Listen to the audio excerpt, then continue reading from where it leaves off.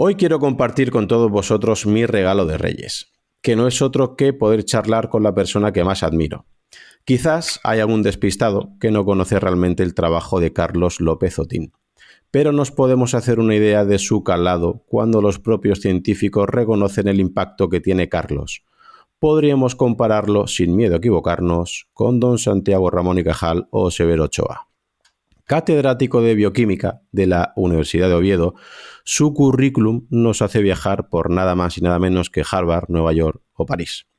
Además, es uno de los investigadores españoles con más impacto internacional, descubriendo nuevos genes humanos, descifrando genoma de muchos enfermos de cáncer y encontrando el origen de muchas enfermedades.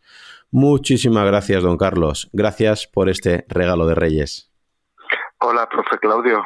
¿Cómo estás? Muy contento de hablar contigo. Y una cosa, profe, has exagerado mucho, ¿eh? Con tus alumnos no puedes exagerar tanto, porque es que si no se pierde la credibilidad. No, de verdad, me parece que es una exageración todo lo que has dicho. Y bueno, yo te lo agradezco, porque sé que sí que has leído mucho mis trabajos y me has seguido y sin duda pues hay una corriente de empatía que es mutua.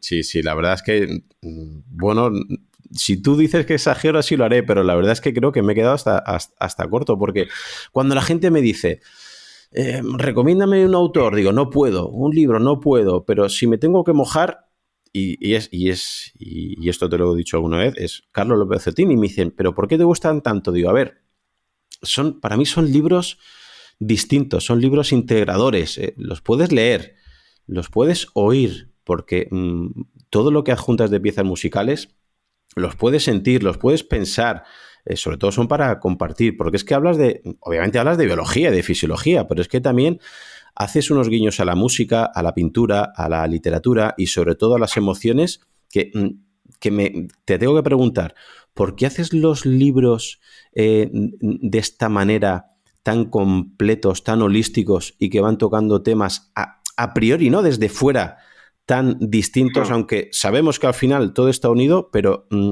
es raro, ¿no?, que un biólogo toque estos temas tan transversales, Carlos. Sí, pues mira, en esto no exageras, porque es la pura verdad y surge de manera natural, ¿eh? No es que los trate de hacer así o tener un estilo propio, ¿no? En la editorial dicen que tengo estilo propio y que por tanto soy escritor. Yo digo que la palabra me viene muy grande, pero lo cierto es que me salen así. ¿Y por qué? Pues por una sencilla razón, porque no distingo entre ciencias y letras, entre tecnología y humanidades. Para mí todo es fruto de lo mismo. Una infinita curiosidad que me acompaña desde niño, una educación en el asombro que también me acompaña desde que nací en un pequeño pueblo de los Pirineos de Huesca y un entorno que me ayudó a preguntarme el porqué de las cosas sin centrarme en una sola. O si me apuras sí que podría decir la vida. Desde niño quise saber el porqué de la vida. Y como aprendí ya en el instituto de mi pueblo que Einstein había dicho que lo más incomprensible del universo es que puede llegar a ser comprensible, pues dije, bueno, a lo mejor lo más incomprensible de la vida es que puede llegar a ser comprensible también. Y así es como me monté en un pequeño y lentísimo tren de los Pirineos que se llama Canfranero, porque nace en la estación de Canfrán el viaje, y comencé mi viaje al centro del conocimiento, que todavía sigue cada día. Y en ese viaje pues encuentro músicas, pintura, literatura y también biología, medicina, bioquímica, moléculas, reacciones y sobre todo encuentro enfermedad. Y por tanto pues el viaje al centro de la vida se convierte también en un viaje al centro de la salud. En este último libro, La levedad de las libélulas, el hilo conductor parece ser que sea, ¿no?, un poquito Leonardo da Vinci, que es el que está dirigiendo un poquito todo.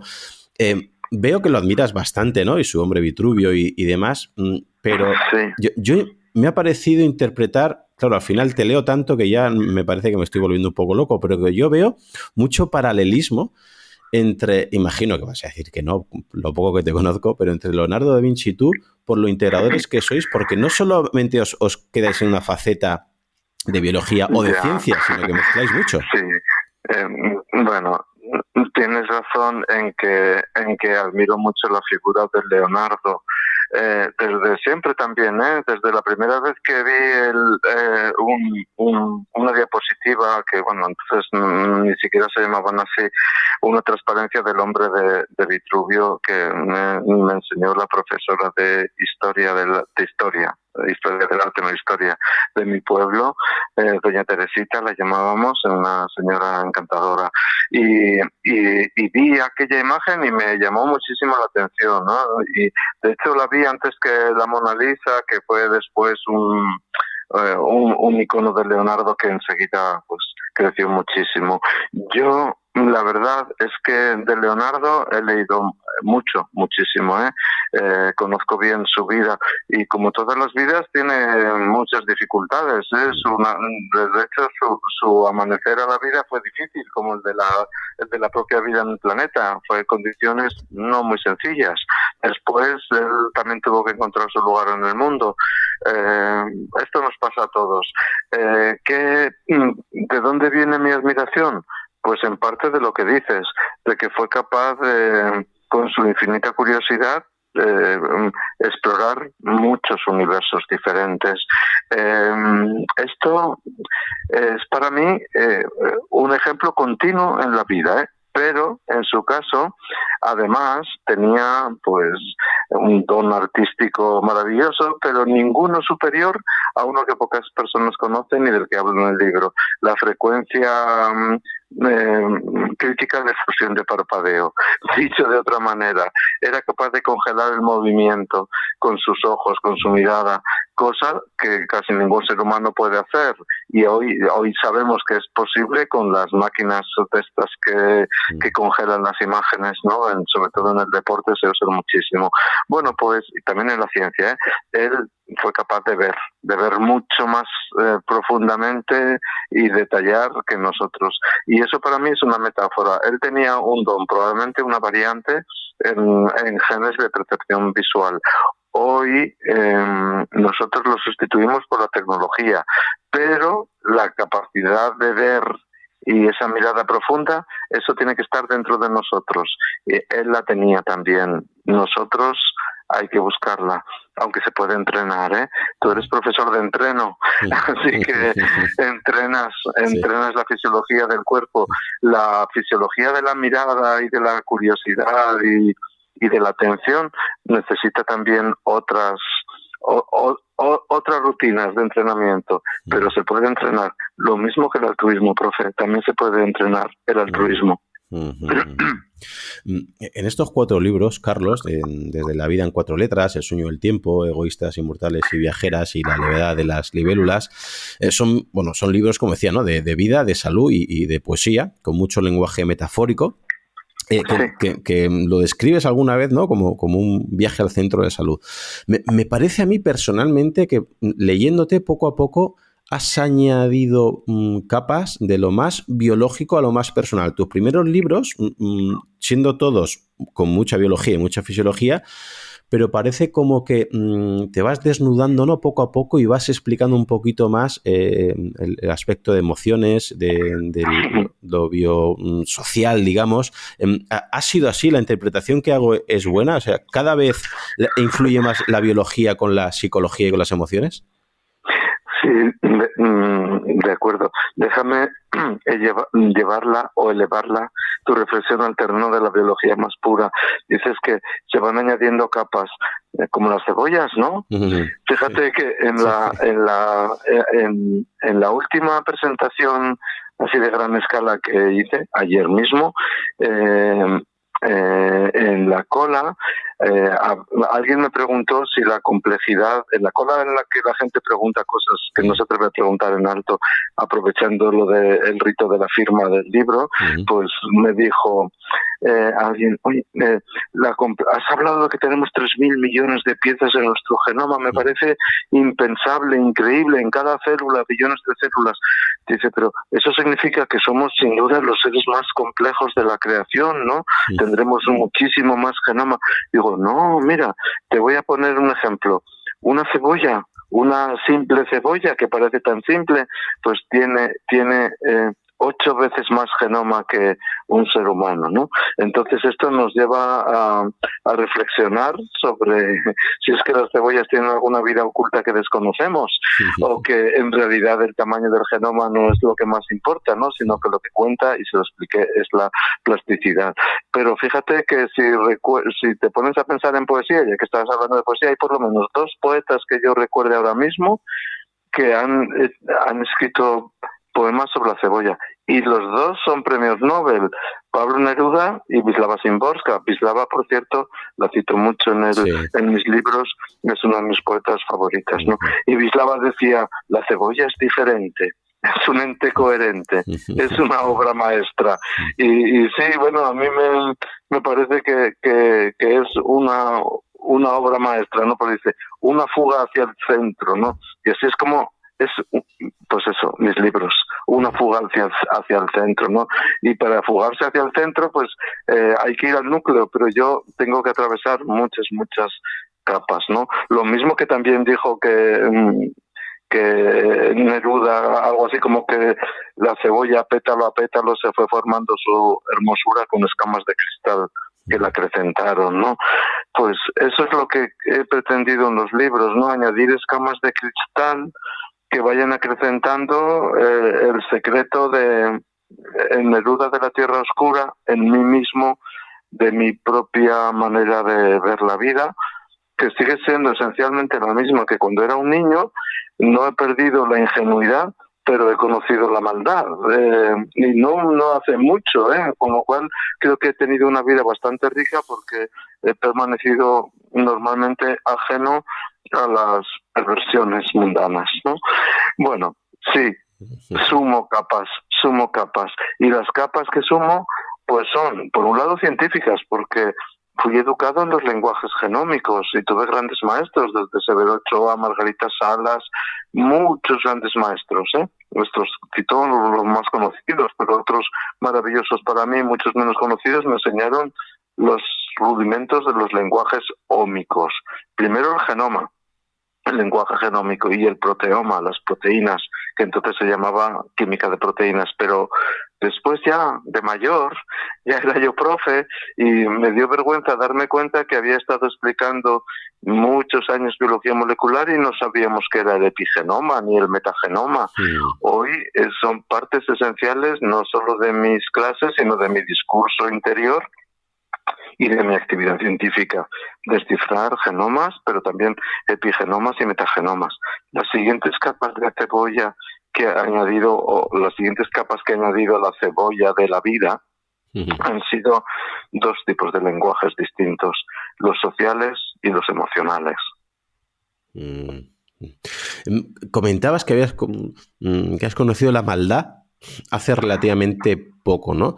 Imagino que te estás refiriendo a que al comienzo de tus libros, si no hubieras tenido la mala experiencia que tuviste que acabaran con la vida de tus 1000 ratones y con ello, por lo que intuyo y entiendo, muchísimos años de trabajo, habrías escrito... Y vidas de personas, profe. Y vidas de personas. Y vidas de personas.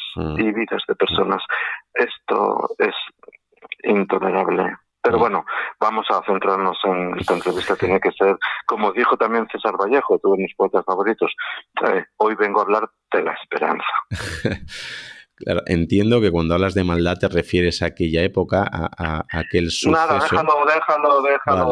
déjalo, profe. Pero la pregunta era, no era indagar por ahí, ni mucho menos, pero era, ¿habrías escrito estos 4 libros?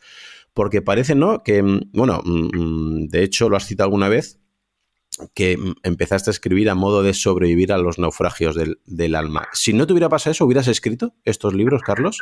Bueno, yo toda mi vida he escrito, todos los días de mi vida he tomado notas, todos. Que hubieran resultado en un libro es posible alguna vez, pero sin duda hubieran sido muy diferentes, ¿no? Lo noto porque efectivamente La vida en 4 letras fue el resultado de un intento desesperado de sobrevivir a un naufragio personal. Y de ahí surgió el libro, una reflexión sobre los lenguajes de la vida, incluyendo los lenguajes que yo en el libro llamaba de la felicidad, lenguajes químicos, biológicos y también emocionales que procuran el bienestar. De eso escribí como una especie de lanzarme a mí un salvavidas, a mí mismo, ¿no? Pero después la evolución de mi literatura, por llamarlo así, ha sido muy diferente. ¿Por qué? Porque ahora escribo para compartir, sobre todo, ¿no? No tanto para mí, sino se acaba por convertir en una forma de pensar y de sentir. El escribir es para mí pensar y sentir. Y una vez que me pongo, escribo todo seguido y lo lanzo. ¿Para qué? Para compartir. Y cada vez además lo quiero compartir más y mejor. Y por ejemplo, en este último libro, La Edad de las libélulas, lo pensé durante un par de años caminando por París, o yendo a trabajar en París.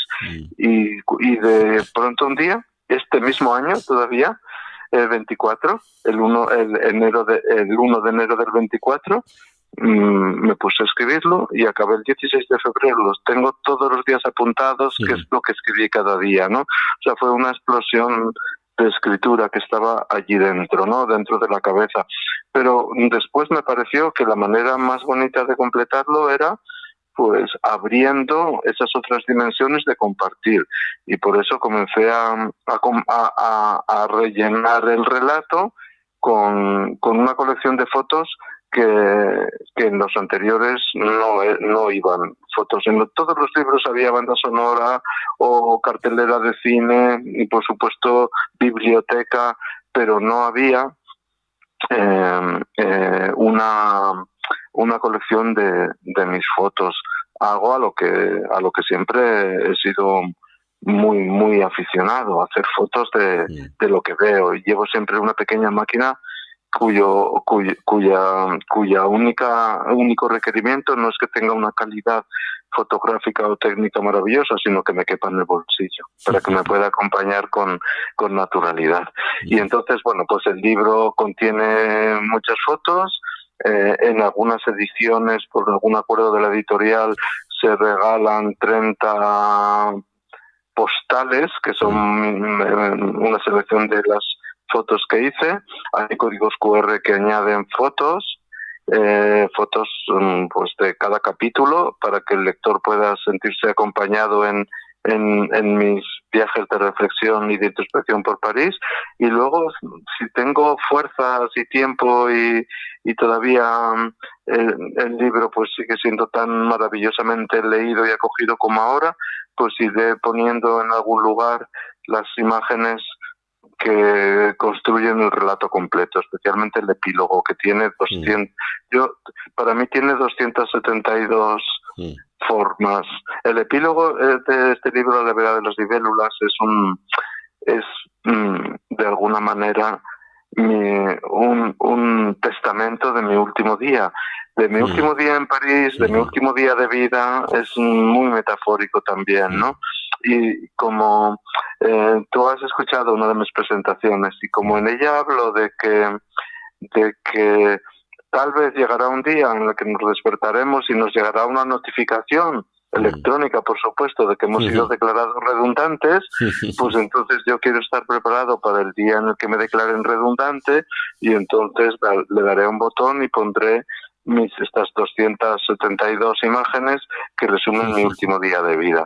Bueno, pues esas 272 espero ponerlas, si todo fluye igual de bien con el libro, en alguna página, para que todo el que quiera pueda seguir cómo será mi último día de vida. Sí, la verdad es que yo he sido uno de los afortunados que he podido comprar el libro que adhería a estas 30 postales. Y lo que te decía, ¿no? Es una manera de leerte distinta, porque estás leyendo el libro, luego tienes un tiempo para poder mirar un cuadro al que citas, o escuchar alguna pieza musical que recomiendas. Y de la misma manera que el primer libro, el de La vida en 4 letras, entendí algo que a priori desde fuera parece fácil, pero hasta que creo que no te paras a reflexionar, que es que en la vida se inventó la muerte, es decir, que es necesaria, que si no hay muerte heredaríamos muchos errores. ¿Por qué no queremos convencer hoy en día de esto no sé si es la mayor parte de las personas, pero se sigue hablando de inmortalidad y se sigue hablando como que la muerte se va a erradicar y realmente parece un negacionismo evolutivo sabiendo simplemente que la vida se inventó la muerte y que es necesaria, ¿no, Carlos? Sí, sí. La vida solo fue posible cuando se inventó la muerte. Esta es una frase muy contundente que la digo en clase muy al principio para que todos los alumnos que afortunadamente se consideran inmortales porque tienen la edad de serlo, pero fíjate que el primer día de clase solía preguntar ¿cuántos queréis ser inmortales? Y había unos cuantos, que levantaban la mano. Y yo creo que eran menos los que la levantaban los que pensaban que podía ser o que les gustaría. Pero bueno, pensaban, bueno, a ver si voy a quedar mal aquí, ¿no? Pero después, el último día de clase repetía la pregunta. Y la respuesta era que nadie levantaba la mano. Qué bueno. Yo eso sentía que había transmitido un mensaje, ¿no? La vida tiene sus limitaciones, sus imperfecciones. Estas imperfecciones las hicieron posible que llegáramos hasta aquí. Si el mecanismo de copia del material genético primitivo de las bacterias que nos precedieron y nos continuarán hubiera sido perfecto, este mecanismo de copia, seguiríamos siendo bacterias. No hubiéramos evolucionado, seguiríamos igual, y aburridas bacterias. Durante 2.000 millones de años nada pasó en este sentido, pero después hubo una crisis energética que impulsó nuevas formas de vida, sobre todo la llegada de la vida pluricelular hace poco más de 1.000 millones de años.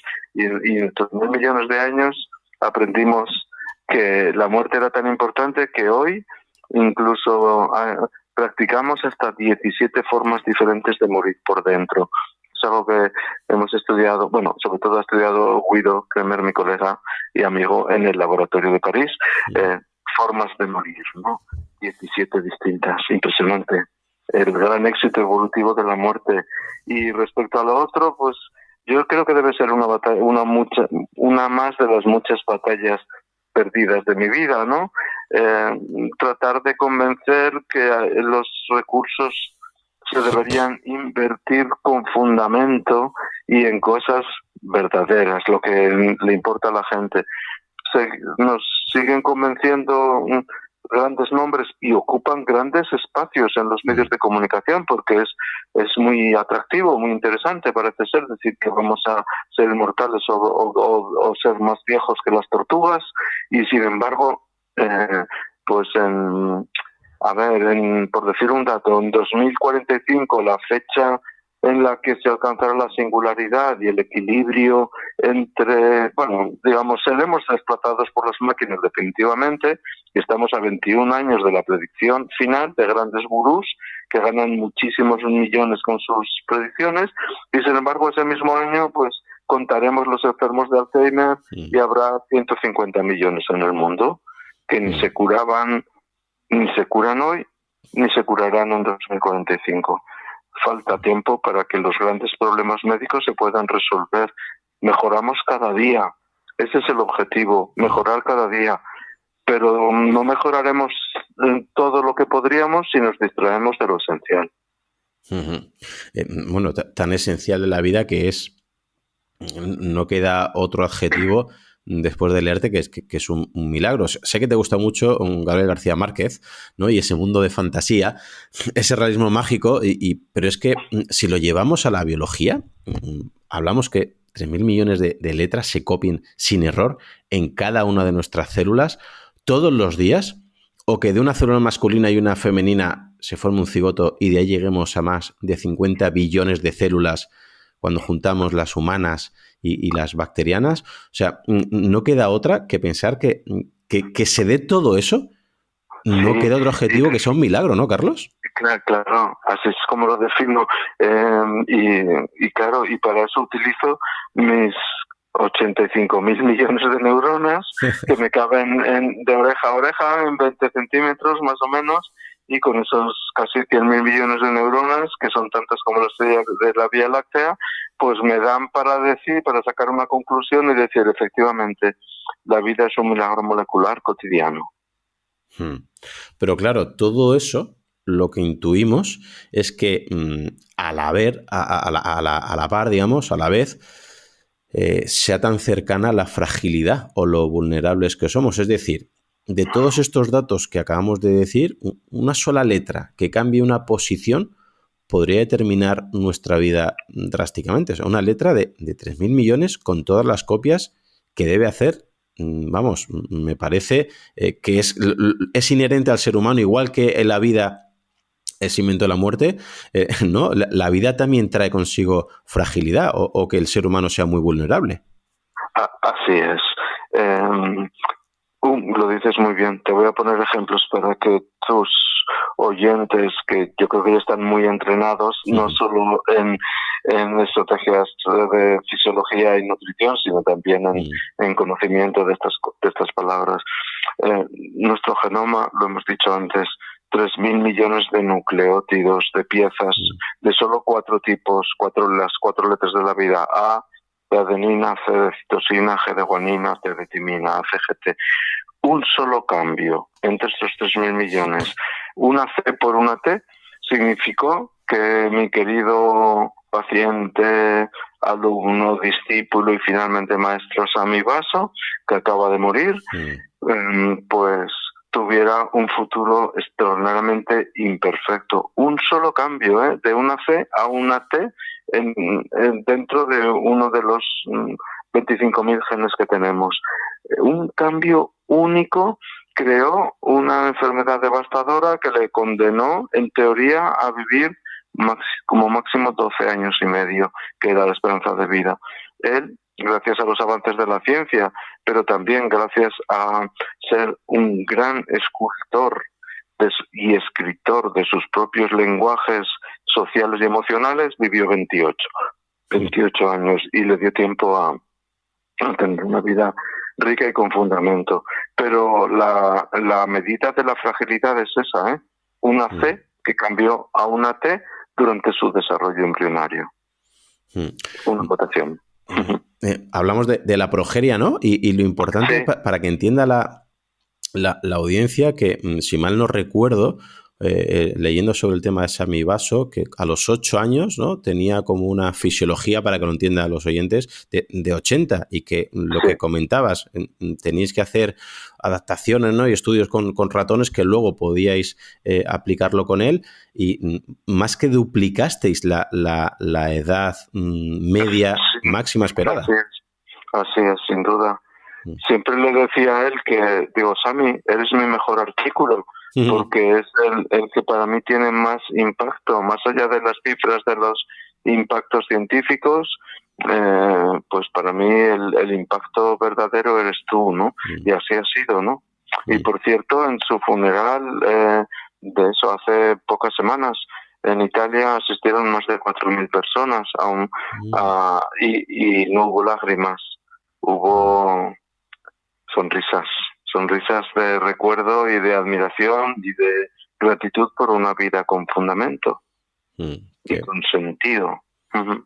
Claro, qué bonito. Imagino que estarás muy orgulloso de todo esto. Pero antes has comentado tres conceptos que me gustaría pararme un segundo, que es el tema de genoma, epigenoma y metagenoma, porque creo que es importante que recalcar, o por lo menos así me gusta a mí, que la gente entienda por qué debe empoderarse de sus hábitos, que muchas veces lo achacamos al azar, que está muy demostrado que el azar no influye, a los genes, que obviamente no hay que discutir nada, que los genes influyen, pero no podemos dejar, digamos, todos los huevos en esa cesta y evitar o mirar hacia otro lado. Por eso me gustaría que nos explicaras, grosso modo, muy por encima, la diferencia entre genoma, epigenoma y metagenoma, para que entendamos lo importante que podemos jugar las cartas que nos ha dado la genética, o tocar el piano, ¿no?, que hemos heredado de papá y mamá. Muy bien. Genoma es la brújula que nos orienta.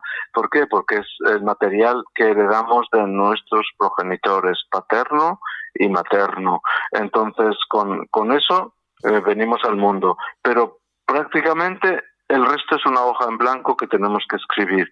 ¿Y cómo se escribe molecularmente esta hoja?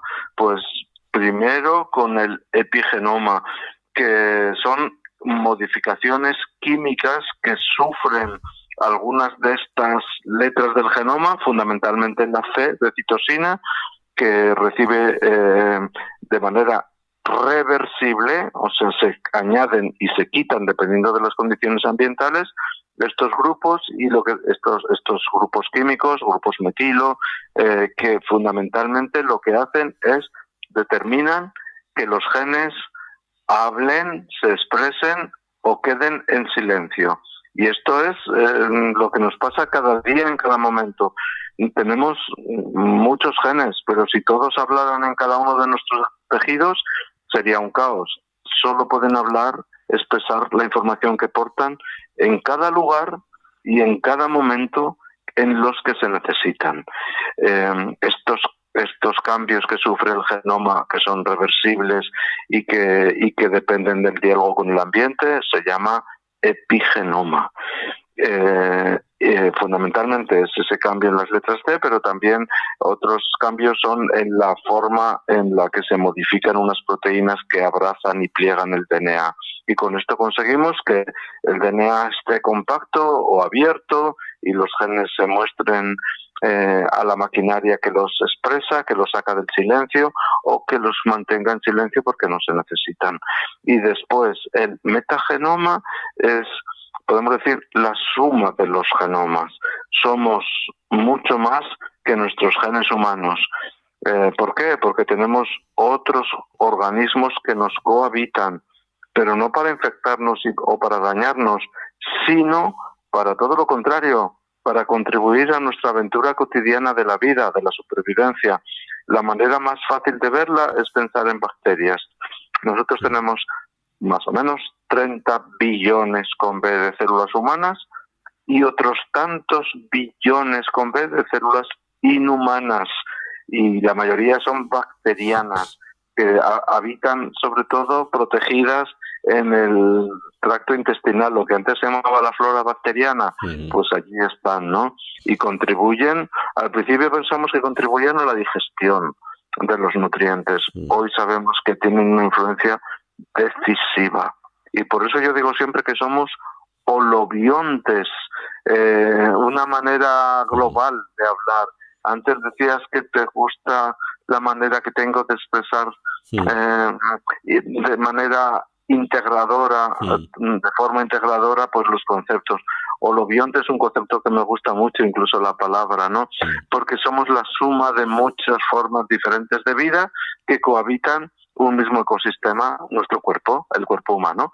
Y con eso, pues fíjate si es importante, que yo creo que una de las causas más frecuentes de las enfermedades del futuro no serán las mutaciones genéticas, las enfermedades hereditarias, porque esas sí que se podrán ir erradicando por consejo genético, sino sobre todo la disbiosis, que es el desequilibrio que existe entre la simbiosis necesaria entre el genoma, entre las células humanas con su genoma y las células bacterianas con su propio genoma, que cohabitan, interaccionan y colaboran en simbiosis. Cuando se rompe esto, se produce disbiosis, que está detrás de problemas metabólicos, problemas emocionales, casi problemas inflamatorios, casi muchas de estas enfermedades crónicas que nos afectan y que nos afectarán más todavía en el futuro a medida que todavía crezca un poco la esperanza de vida, pues tendremos que hacer frente a la disbiosis. Holobiente No sé si ha quedado claro para... Sí, yo creo que sí. Me he extendido mucho No, igual, pero... no, al revés. Y me has ayudado a que me he anotado aquí unas cositas. Hemos abierto un par de melones que luego vamos a tirar del hilo. Pero una de las cosas que has comentado, junto con holobiontes, es esa mutación que son anotaciones que tengo de tu libro, que también somos mutantes. Y me gustaría que nos hicieras una pequeña reflexión de cuán importante es entender que, por ejemplo, una enfermedad de novo puede estar detrás de cada caso, ya que acumulamos muchas mutaciones a diario. Y repito, es que me parece increíble que esto no sea más conocido, no lo conozcamos o no le demos la importancia que, claro, yo al final barro un poquito para casa, ¿no? Yo soy mucho de un fan incondicional de los hábitos de vida, que luego hablaremos muy por encima de la alimentación, del sueño, del descanso, del entrenamiento. Pero claro, si entendemos las mutaciones que hay detrás, que son inherentes, repito, a la vida, todavía para mí tiene esto más peso. ¿Hasta qué punto, Carlos, deberíamos entender esto para comprender que es una enfermedad de novo y poner en perspectiva la importancia de las cosas en la vida?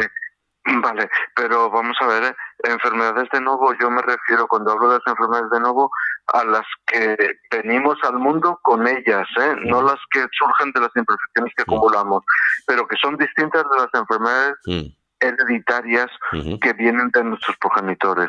Enfermedades de novo, cada vez más frecuentes, por cierto, en nuestra sociedad, son aquellas en las que pues es la primera vez que se manifiesta una enfermedad en una familia. Y, por ejemplo, la progeria de Sami era una enfermedad de novo. Sus padres no tenían la mutación, pero él la tenía en todas sus células. Y todos los niños que tienen esta enfermedad tienen la misma mutación en todas sus células. Se produce por algún defecto en el desarrollo embrionario temprano. Antes decías, una célula, un cigoto... es capaz de llegar en 9 meses a 30 billones de células, ¿no? Por división celular. Pues en este proceso urgente, continuo, extraordinario de divisiones celulares, llega un momento que al principio, sobre todo, puede haber una mutación y todas las células que derivan de esa ya tienen la mutación. Esa es una enfermedad de novo, nueva en un entorno. Pero no es la única imperfección.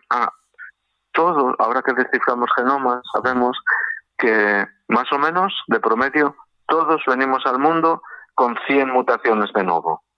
Pero claro, como tenemos 3.000 millones de piezas en el genoma, pues lo más probable es que esas 100 mutaciones no representen ningún daño, ninguna enfermedad, pero algunas hay. ¿Por qué hay ahora más enfermedades? Pues ya aprovechamos para hacer un poco de pedagogía, profe, nunca se puede dejar una oportunidad. ¿Por qué hay más? Probablemente porque la paternidad y maternidad es más tardía y entonces da tiempo a que en las células germinales de los progenitores haya habido el segundo tipo de mutaciones que causan estas imperfecciones de las que hablabas en tu pregunta. Los padres han acumulado mutaciones en sus células germinales por el paso del tiempo, pero ellos no tienen ninguna enfermedad. Está en las células germinales la mutación, pero si es una célula germinal con una mutación se engendra con ella un niño o una niña, pues lo que sucede es que esa mutación da lugar a una enfermedad que el padre o la madre no tienen. Luego, esa idea de que la paternidad tardía puede hacer aflorar enfermedades de nuevo, pues es muy correcta. Y de nuevo es la interacción con el ambiente, tal vez, porque esas mutaciones en células germinales en adultos pueden surgir también por un mal diálogo con el ambiente, por una exposición a ambientes inadecuados. O sea que esto pues sucede. Y la segunda de las grandes bloques es que por el hecho de vivir acumulamos mutaciones. De hecho, la mayoría de los tumores malignos, el 90%, no son hereditarios. Las mutaciones que causan un cáncer son mutaciones adquiridas durante la vida en una célula que se va dividiendo, adquiere una ventaja evolutiva dentro del cuerpo, se divide y si esa célula ha sido una célula mamaria, dará lugar a un cáncer de mama. Si esas mutaciones son en una célula de las criptas intestinales, pues dará lugar a un cáncer de colon, tal vez. Son distintas, mutaciones de novo que causan enfermedades y que surgen de células germinales, y mutaciones que todos tenemos porque acumulamos con el paso del tiempo. De las primeras mutaciones de novo tenemos unas pocas, 100, luego todos somos mutantes, sin duda, poco mutantes en este sentido, afortunadamente, porque los mecanismos de reparación funcionan, y en segundo lugar, tenemos mutaciones, daños en el genoma que acumulamos por el hecho de vivir. Solo por el hecho de vivir y estar expuestos a la radiación cósmica natural, acumulamos mutaciones. ¿Por qué sobrevivimos? ¿Por qué no tenemos cáncer a los 2 años todos? Porque invertimos gran cantidad de nuestra energía metabólica en mecanismos de reparación. Tenemos 100 genes, no 100, digo, mínimo 100, centenares de genes, diría, ¿no?, que participan directa o indirectamente en los mecanismos de reparación del daño genético cotidiano. Luego, claro que somos mutantes, ¿cómo no vamos a serlo? Y la inestabilidad genética es una de las claves del envejecimiento y también del cáncer. No solamente sueles comentar que somos mutantes, sino que también somos imperfectos, que creo que es la consecuencia de tener, bajo mi punto de vista, una biología tan perfecta que por definición al final nos hace imperfectos per se. Solo son perfectos, claro, entendemos que al ser tan complejos somos imperfectos. ¿Serían perfectos solamente los microbios, doctor?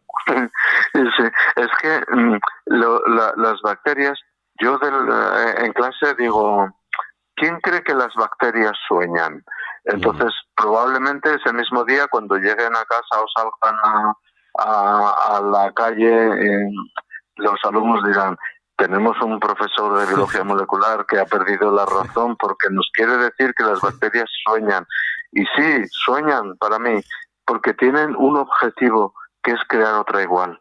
Ese es el objetivo de una bacteria, crear otra igual. Es muy distinto al nuestro, que es celularmente, pues, a diferenciarnos, desarrollarnos a partir de una única célula y desarrollarnos de manera diferencial hasta 200 tipos celulares diferentes, y luego poner orden y concierto en todo eso a través de maravillosos y fascinantes mecanismos de regulación. Desde ese punto de vista, las bacterias son organismos, seres, criaturas vivas más perfectas, porque su objetivo lo cumple en la rajatabla, crear otra igual, dividirse, y con eso cumplen su objetivo y su sueño. Y si dejáramos las dejáramos con nutrientes suficientes, una única bacteria sería capaz de cubrir la superficie del planeta en poco más de 40 días. Por tanto, ¿son perfectas? Sin duda, a su manera lo son, aunque no, yo diría que no tienen las emociones que tenemos nosotros, ni son capaces de tener esta conversación, ni la tecnología, ¿no? Pero sus objetivos los cumplen. Otra cosa también muy importante es que sigo pensando que lo mismo que nos precedieron, nosotros en nuestro cuerpo, en las mitocondrias, tenemos la prueba de nuestro humilde pasado y legado bacteriano. Hoy sabemos que venimos de unas humildes bacterias que nos precedieron, y probablemente al ritmo que va nuestro diálogo con el planeta nos continuarán cuando ya no estemos. Y si sabemos, se demuestra, como tu amigo y tu compañero Guido y tú o Ana María Cuervo lo demostráis, lo divulgáis. Si todo esto realmente hay una evidencia científica detrás de todo lo que podemos hacer a nivel biológico, o lo que nos daña con con los marcadores del envejecimiento, que los artículos que has publicado con otros compañeros, ¿por qué no llevamos a la práctica dos de tus frases que más te gusta poner, que es prevenir para vivir y conocer para curar? Porque si vemos, el Alzheimer, como has comentado, ¿no?, sigue creciendo.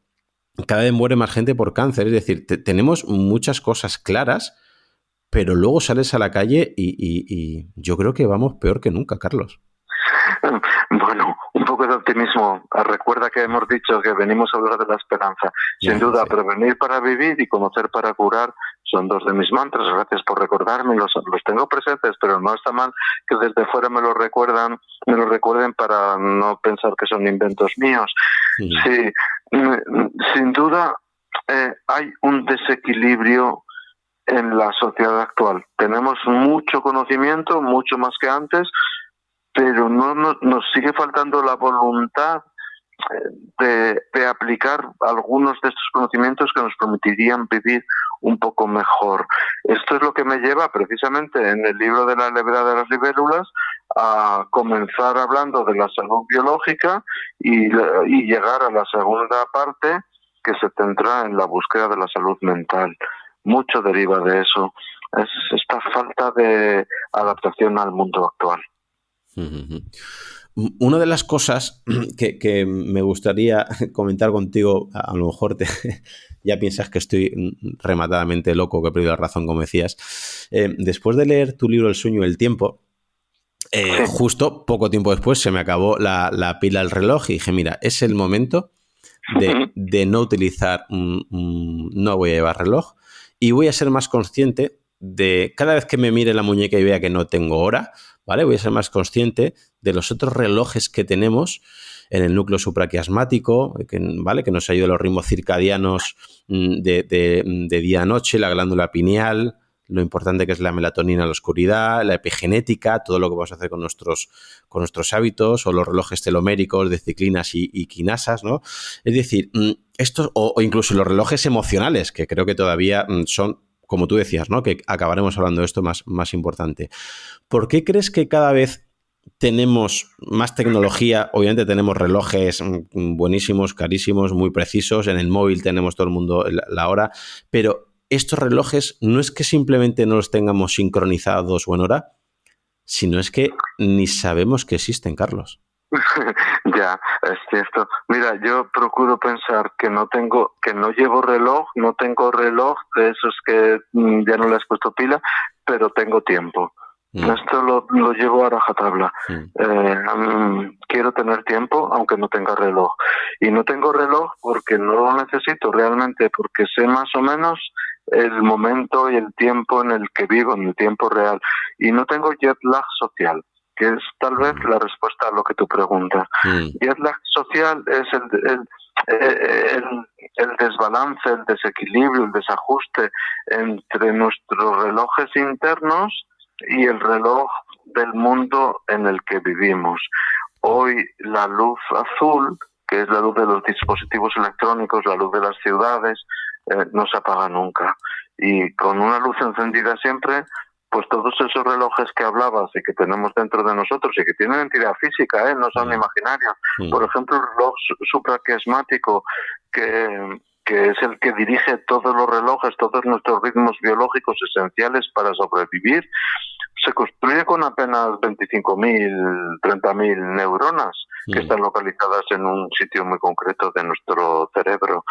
Luego, de nuevo, conocemos la teoría, no la aplicamos.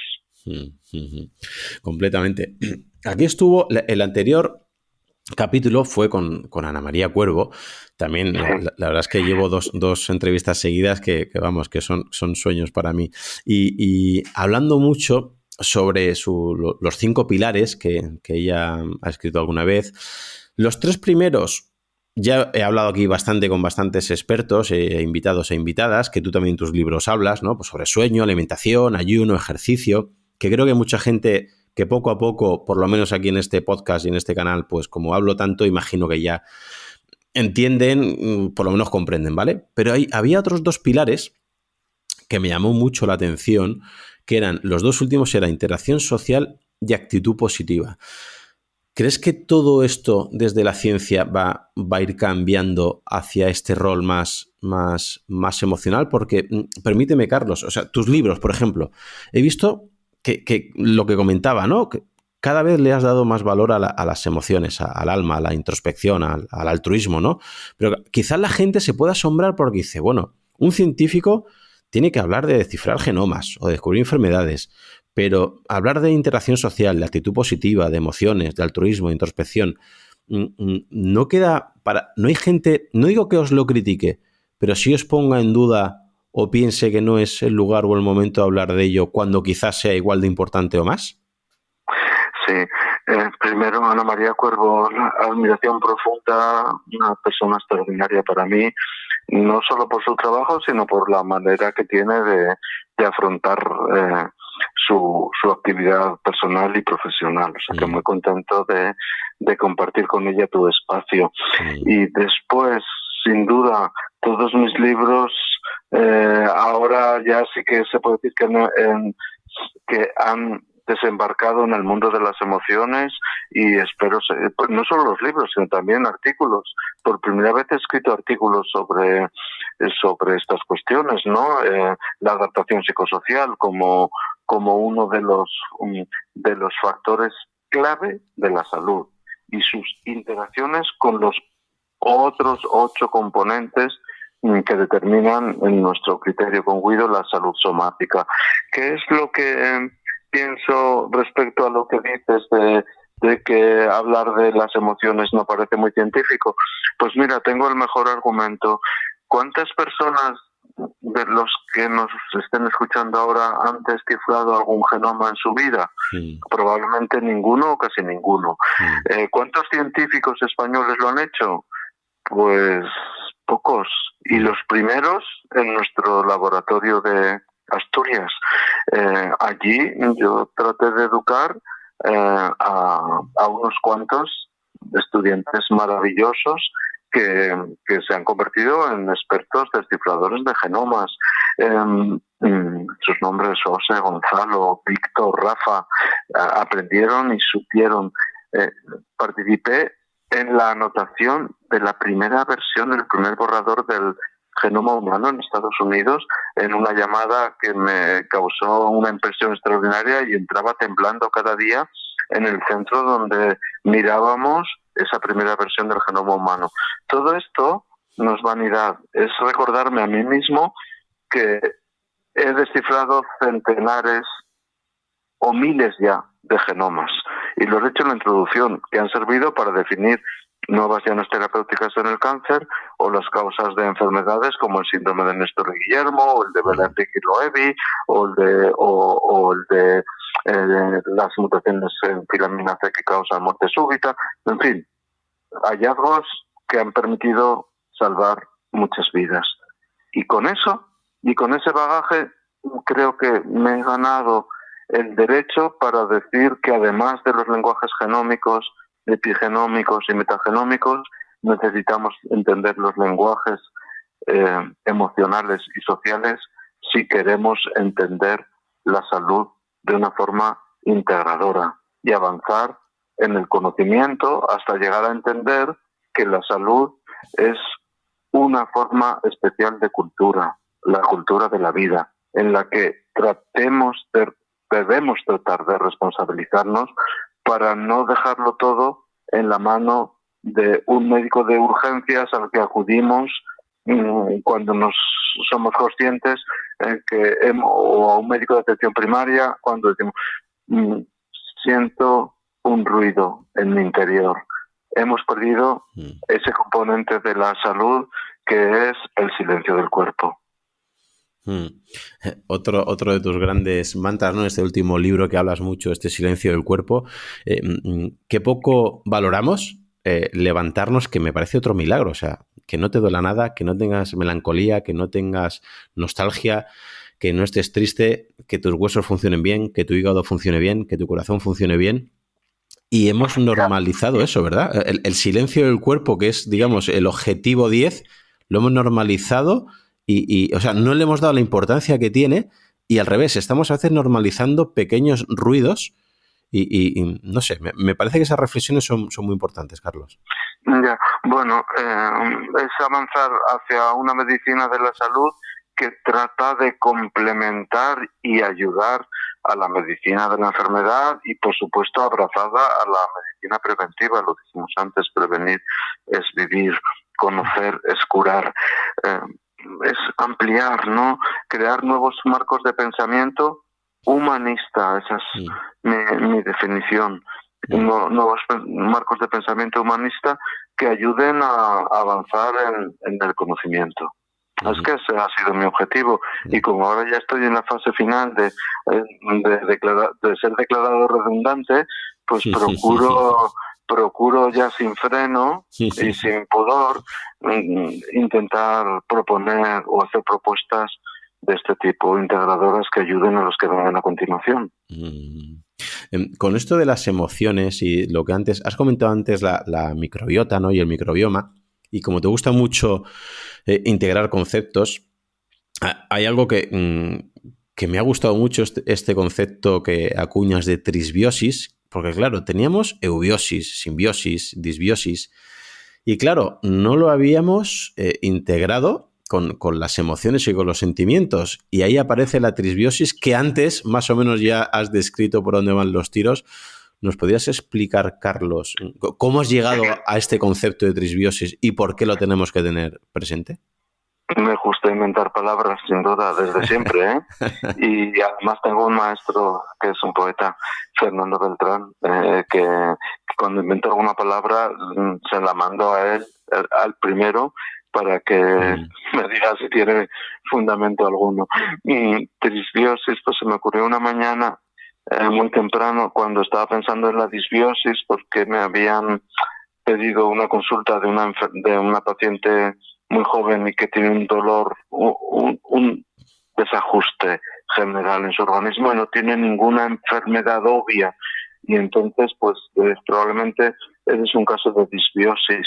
Y entonces, hablando más y más y más, me di cuenta de que además de una posible disbiosis, este desequilibrio nuestros genomas, genes humanos y genes inhumanos, pues tenía algunos problemas emocionales obvios después de una conversación sincera.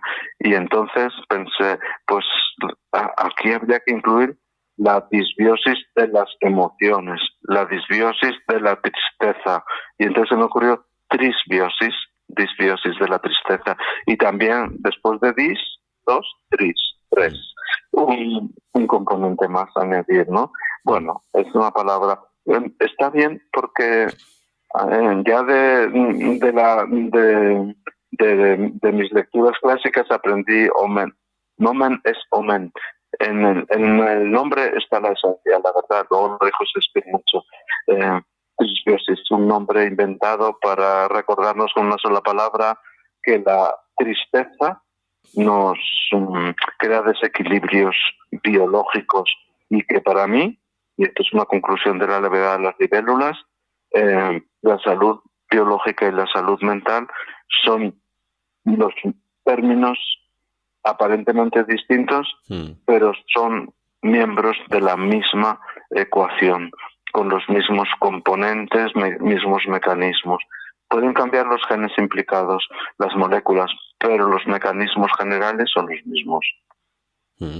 Qué importante es entender esto para luego, ¿no?, conocer todo esto para luego llevarlo a la práctica y saber que en nuestro estilo de vida puede favorecer o puede torpedear todo esto, para bien o para mal. Y el otro día, hablando con el gran Curro Clavero, que acaba de sacar un libro y espero que esté por aquí con nosotros de nuevo para hablar de estas cosas tan interesantes que ya he visto que le has echado un cable, ¿verdad? Sí, claro que sí. Una persona que desde la curiosidad pues se ha acercado a este mundo. Él no fue educado y formado profesionalmente en este ámbito y es lo mismo cuando uno encuentra que debe cambiar su lugar en el mundo, cámbialo. Eso evita, mejora, es gratificante, aunque a veces es duro. Sí, bueno, pues Sí. me decías de Curro. Sí, que charlando con él llegaba a una pequeña conclusión. Él me decía que hasta qué punto nos deberíamos replantear cada uno nuestro estilo de vida actual, ¿no? Estamos en una vorágine de trabajar más, para consumir más, para comprar cosas que a veces ni necesitamos, en que otra vez tienes que producir más, trabajar más. Y me preguntaba, ¿qué precio tenemos que pagar por nuestro estilo de vida? Y le dije, le voy a preguntar esto a Carlos López Otín. Así que mira, te traslado la pregunta, Carlos. El precio es alto, ¿eh? ¿Verdad? Mucho más alto de lo que imaginamos, ¿eh? Y además, ¿por qué es alto? Porque es que, como te decía antes, pues he dedicado 50, 50 años, ¿eh? Fui a la universidad a los 16, cumplo 66, 50 años metido en esto. Y he estudiado las moléculas, los lenguajes biológicos, pero cuando te das cuenta de toda la influencia de los otros factores, pero no de la influencia simplemente esotérica, ¿no? O etérea, sino molecular, que es el correlato que como científico debo asumir siempre, ¿no?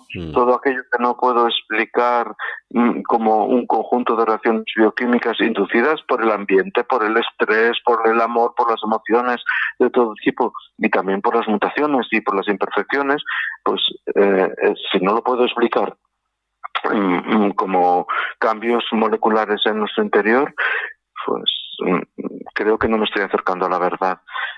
Lo que sucede es que cuando he empezado a estudiar en profundidad estas cuestiones molecularmente, pues me doy cuenta que el precio que pagamos es muy alto, profe, altísimo. Si volvieras a tener 16 años, Carlos, ¿harías lo que has hecho tal cual en esta vida o cambiarías? Bueno, siempre pensé, sí, creo que cambiaría, fíjate. Por dos cosas. Una, porque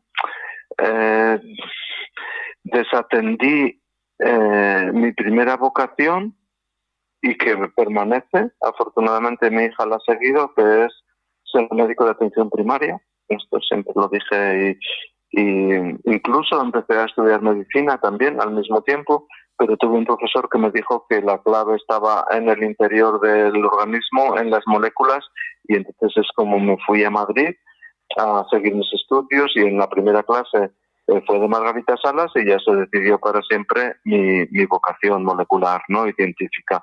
Luego, una vez que ya se puso en marcha esa parte, ya no tengo nada que decir, ¿no? Pero sí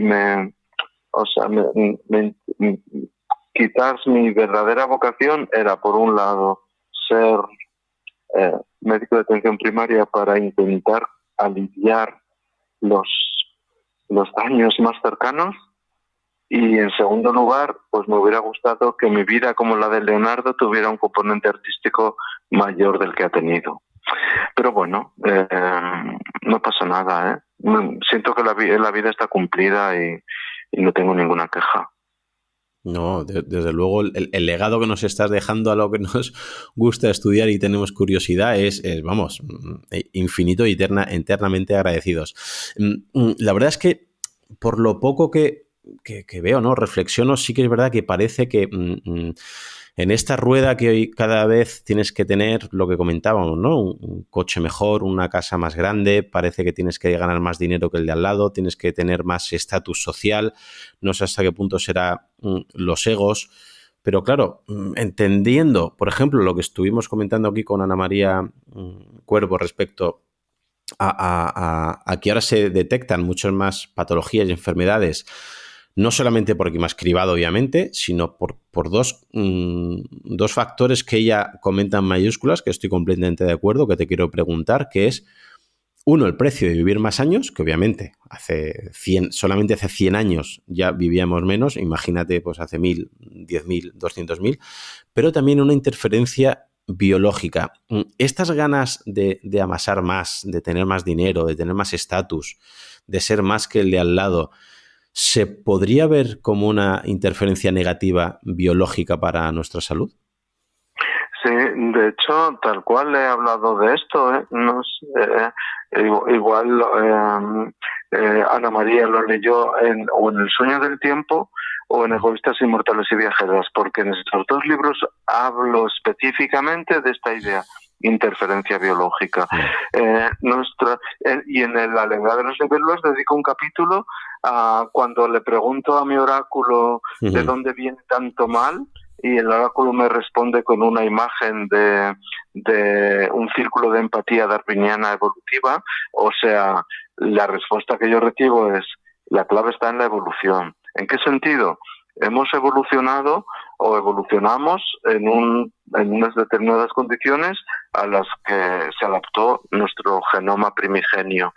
Pero después, por evolución cultural, se ha superado la evolución biológica, y en los últimos, no sé, incluso 100 años, si me apuras, solo en 100 o 200 años, hemos adquirido una serie de usos por los que hemos perdido la sintonía de un genoma adaptado a un ambiente durante muchos millones de años de evolución. ¿Qué es lo que ha hecho la interferencia biológica?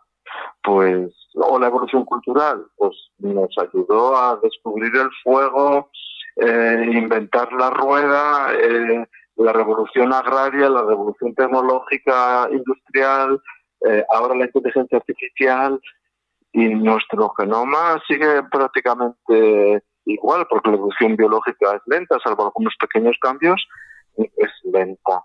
¿Qué es lo que nos está pasando entonces? Pues que algunas variantes de nuestro genoma que se seleccionaron porque hace todos estos millones de años nos proporcionaron ventajas. ¿De qué tipo?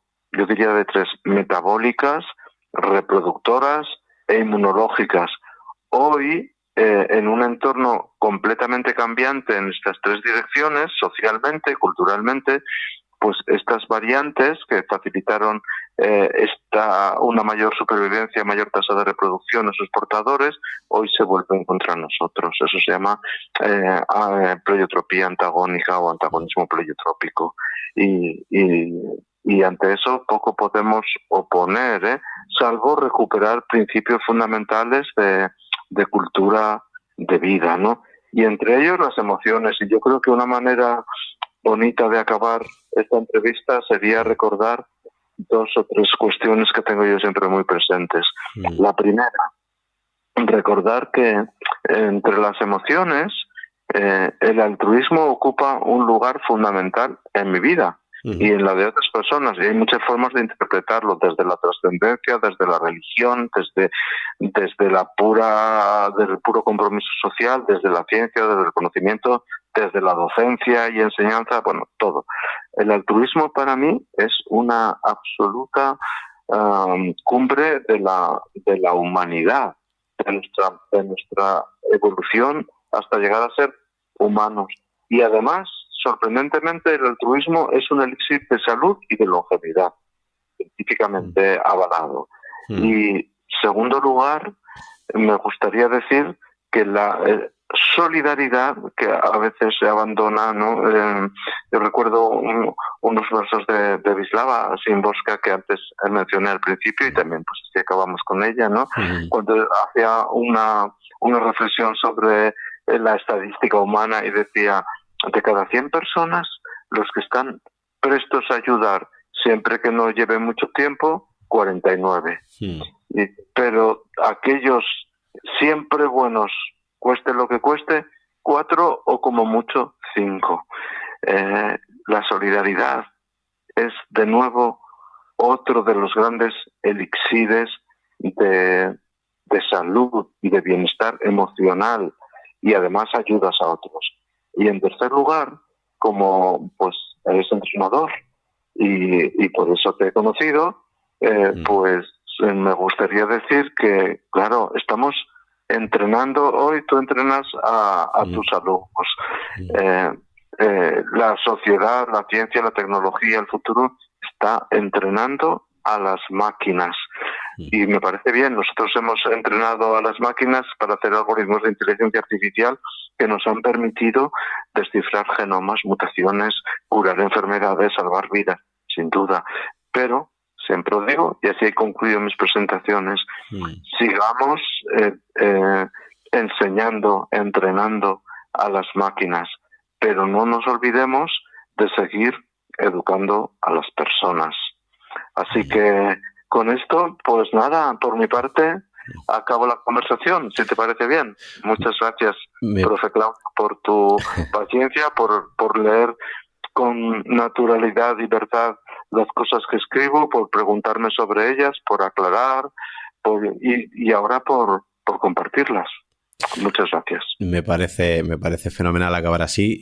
Te quiero agradecer enormemente que hayas podido pasar por este podcast. Para mí, como te decía, ¿no?